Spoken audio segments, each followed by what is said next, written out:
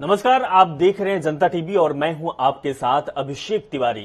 प्रधानमंत्री नरेंद्र मोदी आज भारतीय सेना के सुपर हरक्यूलिस विमान से सुल्तानपुर पहुंचे और यूपी के पूर्वांचल को पूर्वांचल एक्सप्रेस वे की बड़ी सौगात दी। इस दौरान पीएम ने कहा कि जब मैंने पूर्वांचल एक्सप्रेस वे का शिलान्यास किया था तब मैंने नहीं सोचा था कि इस एक्सप्रेस वे पर ही मैं विमान से उतरूंगा। प्रधानमंत्री मोदी ने यूपी चुनाव को लेकर पूर्वांचल के गणित को साधने की पूरी कोशिश की है। रिपोर्ट देखिए।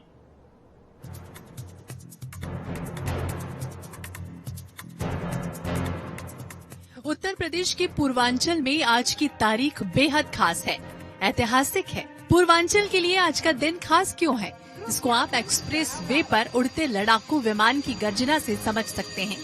पूर्वांचल एक्सप्रेस वे को पूरब की तरक्की के नए गेटवे के रूप में देखा जा रहा है, तो दूसरी तरफ देश की वायु सेना को नई शक्ति देने वाला भी। इसके साथ उत्तर प्रदेश 2022 चुनाव का मुद्दा भी पूर्वांचल ने सेट कर दिया। अयोध्या से शुरू हुआ चुनावी दांव अब पूर्वांचल एक्सप्रेस वे तक पहुंच गया है। चुनाव थोड़ी दूर है, लेकिन सियासी रंग अभी से चढ़ना शुरू हो गया है, क्योंकि यूपी के राज दरबार का दरवाजा पूर्वांचल से ही खुलता है। और यही वजह है कि पूर्वांचल की सियासी बिसात पर अभी से गोटियां बिछने लगी हैं। प्रधानमंत्री नरेंद्र मोदी ने आज सुल्तानपुर में पूर्वांचल एक्सप्रेस वे का लोकार्पण किया। PM Modi Purvanchal express way पर भारतीय वायु सेना के सुपर हरक्यूलिस विमान से उतरे। इसके बाद अरवल खीरी करवत में एक्सप्रेस वे पर बनाए गए एयर स्ट्रिप के पास मंच से बटन दबाकर एक्सप्रेस वे का उद्घाटन किया। पीएम मोदी के साथ मुख्यमंत्री योगी आदित्यनाथ भी मौजूद रहे। इस एक्सप्रेस वे का शिलान्यास प्रधानमंत्री मोदी ने ही जुलाई 2018 में किया था, जो 36 महीनों में ही बनकर तैयार हो गया। इस एक्सप्रेस पर यूपी के 9 जिले आते हैं, जिसके तहत पूर्वांचल की लगभग 54 विधानसभा सीटों को सीधे साधा जा सकता है। इस एक्सप्रेस वे पर कुल लंबाई 341 किलोमीटर है, जिस पर लगभग 3.5 किलोमीटर तक हवाई पट्टी बनाई गई है। 6 लेन के इस एक्सप्रेस वे को बनाने में कुल 22,500 करोड़ रुपए खर्च हुए हैं, जो कुल 12 जिलों से गुजरेगा। राजधानी लखनऊ से गाजीपुर तक 340 किलोमीटर में यूपी के कुल 9 जिले आते हैं, जिसमें लखनऊ, बाराबंकी, अमेठी, सुल्तानपुर, अयोध्या, अंबेडकर नगर, आजमगढ़, मऊ और गाजीपुर हैं। यूपी के सभी जिले बीजेपी के लिए बहुत जरूरी हैं, क्योंकि ये वही क्षेत्र हैं जिसे साल 2014 के आम चुनाव में, 2017 के विधानसभा के चुनाव में और 2019 के लोकसभा चुनाव में बीजेपी को सत्ता तक पहुंचाया। अब उसी पूर्वांचल में 2022 में योगी मोदी की एक बड़ी परीक्षा है। बीजेपी के पहले चुनाव से पहले ताल ठोक रही समाजवादी पार्टी समेत अनेक राजनीतिक पार्टियां पूर्वांचल में बीजेपी की काट ढूंढ रही हैं। तमाम पार्टियां अपने सियासी बैतरे से पूर्वांचल को साधने की जुगत में हैं और लगातार बीजेपी पर हमले कर रही हैं। समाजवादी पार्टी के अध्यक्ष अखिलेश यादव ने ट्वीट करते हुए कहा कि फीता आया लखनऊ से और नई दिल्ली से कैची आई। सपा के काम का श्रेय लेने को मची है खिंचम खिंचाई। आशा है अब तक अकेले में बैठकर लखनऊ वालों ने समाजवादी पूर्वांचल एक्सप्रेस वे की लंबाई का आंकड़ा रट लिया होगा। पूर्वांचल की लड़ाई में विकास का श्रेय लेने की होड़ मची है, लेकिन पूर्वांचल में एक्सप्रेस वे के इस दांव से बीजेपी विरोधियों पर भारी पड़ सकती है। और ये तो साफ है कि यूपी सियासी दरबार की राह पूर्वांचल से होकर जाती है और उसी राह पर अब बीजेपी एक्सप्रेस वे की रफ्तार पकड़ना चाहती है। ब्यूरो रिपोर्ट, जनता टीवी।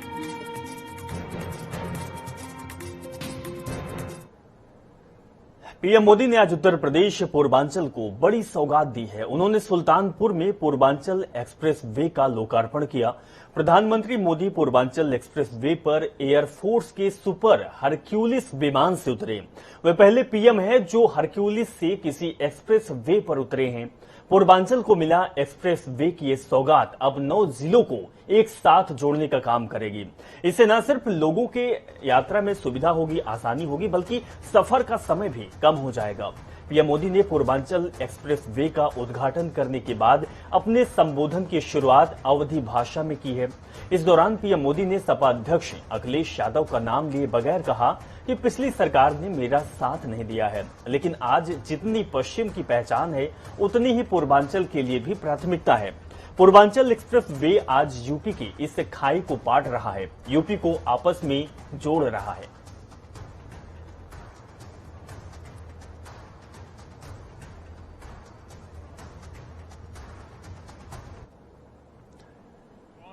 धरती पर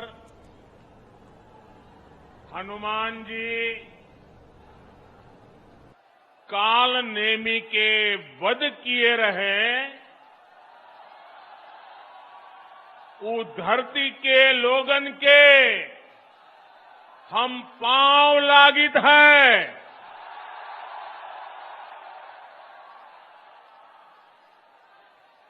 (1857) के लड़ाई में यहाँ के लोग अंग्रेजन का छठी का दूध याद देवाए दे रहे। आज ये पावन धरती का पूर्वांचल एक्सप्रेस वे के सौगात मिलत बा। जैके आप सब बहुत दिन से अगोरत रहीन,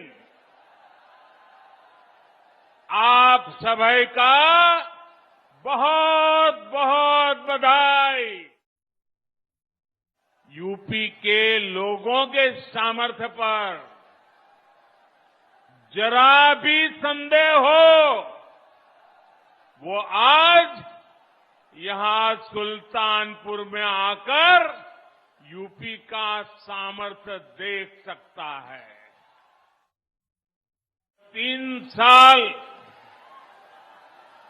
पहले मैंने पूर्वांचल एक्सप्रेसवे का शिलान्यास किया था, तो ये नहीं सोचा था कि एक दिन उसी एक्सप्रेसवे पर विमान से मैं खुद उतरूंगा।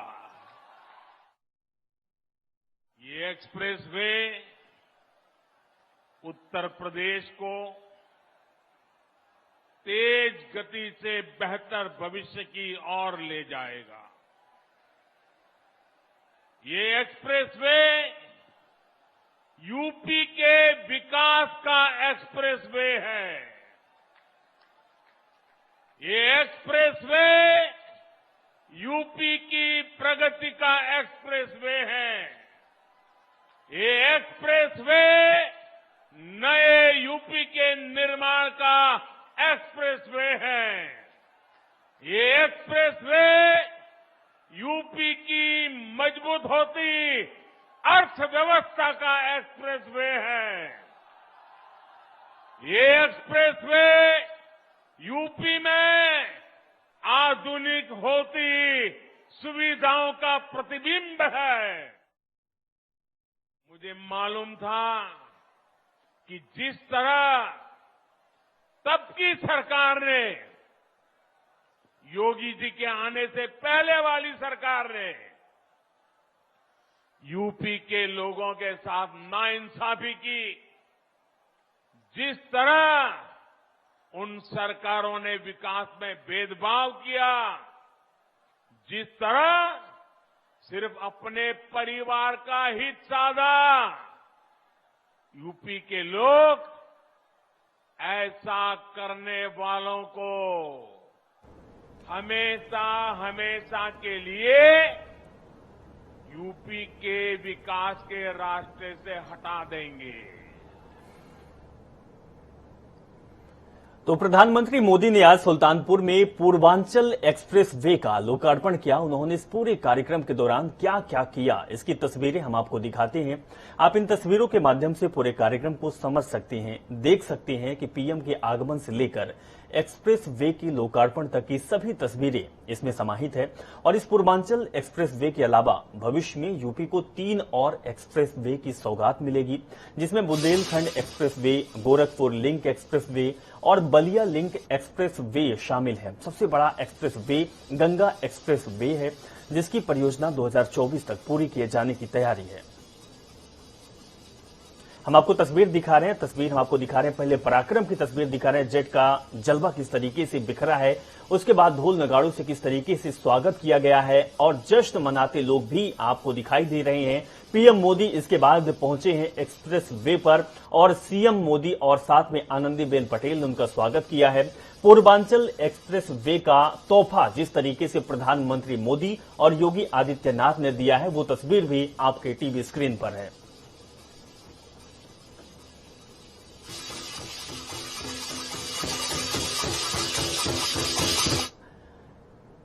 तो वहीं पूर्वांचल एक्सप्रेस वे के उद्घाटन के बाद एक्सप्रेस वे पर सुल्तानपुर में बनी हाईवे पट्टी पर एयर शो किया गया, जहां राफेल, सुखोई और मिराज जैसी लड़ाकू विमान का टच एंड गो ऑपरेशन हुआ।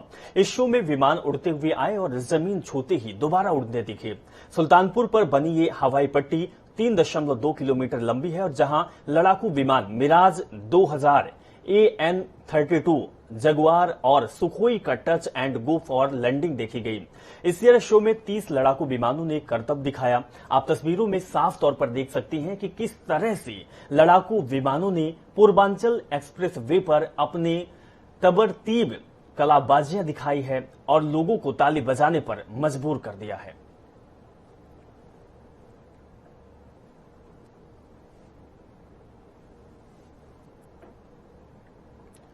तो हम आपको तस्वीर दिखा रहे हैं जहां पर मिराज 2000, सुखोई 30 और सूर्य किरण, जगुआर और जैसे जो लड़ाकू विमान है, उन्होंने अपना करतब दिखाया है और बता दिया है कि हमारा देश कितना मजबूत है। हम लड़ने के लिए हमेशा तैयार हैं और हर तरह से तैयार रहेंगे।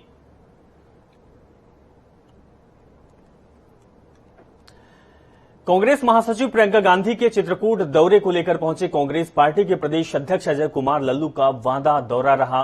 वादा, महोबा, हमीरपुर, फतेहपुर, जालौन के कांग्रेस कार्यकर्ताओं से मुलाकात भी प्रदेश अध्यक्ष ने की। बता दें कि कांग्रेस प्रदेश अध्यक्ष ने करो या मरो की नीति अपनाई है। चित्रकूट जनपद से कांग्रेस महासचिव प्रियंका गांधी 2022 के विधानसभा चुनाव का शंखनाद करेगी, जिसके लिए 50,000 कार्यकर्ता चित्रकूट पहुंचेंगे। प्रदेश अध्यक्ष ने प्रेस वार्ता कर 2022 के विधानसभा चुनाव में अपनी सरकार बनाने की बात भी कही है और दावा पेश किया है कि उत्तर प्रदेश में कांग्रेस की सरकार बनेगी।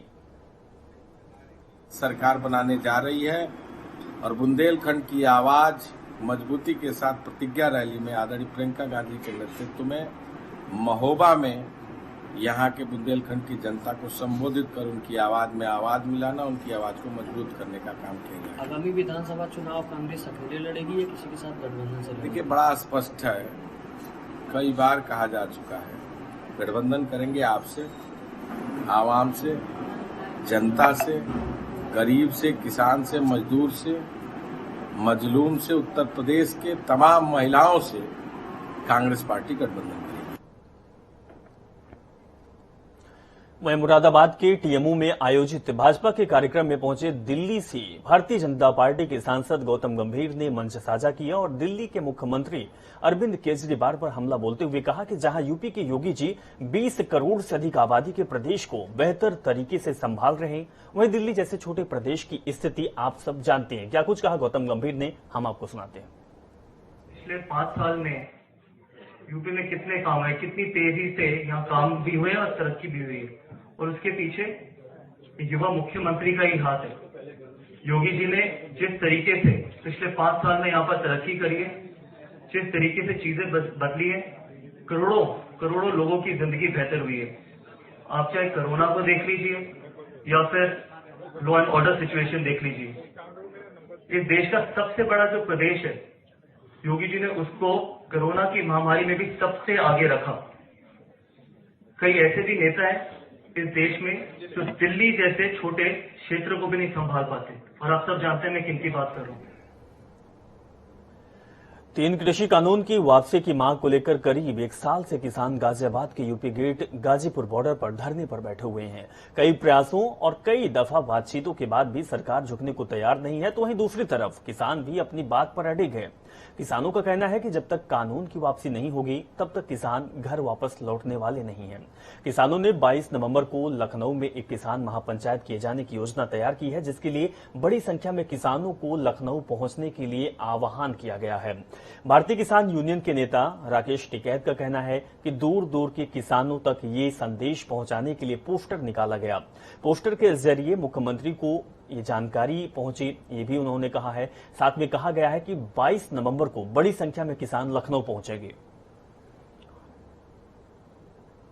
अरे भाई, मुख्यमंत्री ये बताना तो पड़ेगा। वहां उस दिन अपना अधिकारी रहेंगे, लोग मीटिंग भी करेंगे। लोग भाई, प्रदेश बड़ा प्रदेश है, दूर से लोग जाएंगे, उनकी समस्या होगी तो अधिकारियों से मीटिंग भी होगी। तो करीब मीटिंग का टाइम 3-4 बजे के आसपास का रख लेंगे। जो जो समस्या होगी लोग उनको बताएंगे, तो मुख्यमंत्री को तो बताना ही पड़ेगा। हाँ। तो यूपी सरकार की कई कोशिशों के बावजूद धान क्रय केंद्रों पर किसानों के धान नहीं तोलने से संबंधित शिकायतें लगातार सामने आ रही। खबर बाराबंकी से है, जहां के नवीन मंडी स्थल पर स्थित धान केंद्र पर किसानों का धान नहीं तोला जा रहा।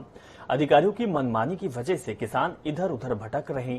शिकायत मिलने पर जब बीजेपी किसान मोर्चा के महामंत्री रामबाबू द्विवेदी जब क्रय केंद्र का जायजा लिया तो पूरी गड़बड़ी सामने आई। पता चला कि धान केंद्र पर फर्जी अधिकारी बनकर कुछ लोग धान की बिक्री कर रहे थे। ये फर्जी अधिकारी किसानों के बजाय अपने लोगों की धान की बिक्री करा रहे थे, जिसके बाद मामले की शिकायत करने पर जिम्मेदारों के खिलाफ एफआईआर दर्ज कर उन्हें जेल भेज दिया गया है।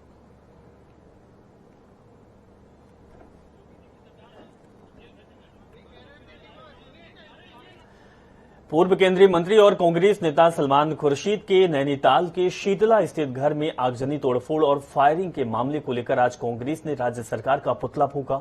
उन्होंने कहा कि पहाड़ी राज्य में अराजकता बिल्कुल भी बर्दाश्त नहीं की जाएगी।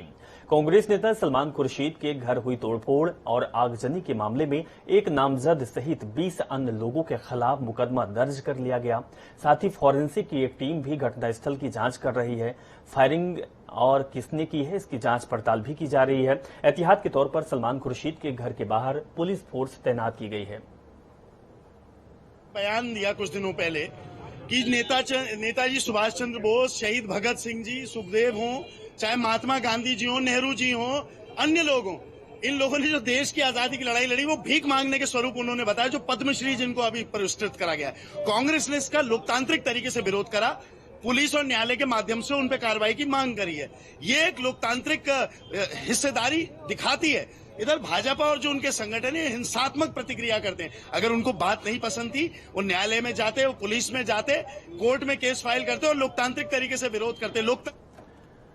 प्रदेश के नगर विकास और आवास मंत्री बंशीधर भगत ने विधानसभा में उत्तराखंड आवास एवं नगर विकास प्राधिकरण बोर्ड के साथ समीक्षा बैठक की।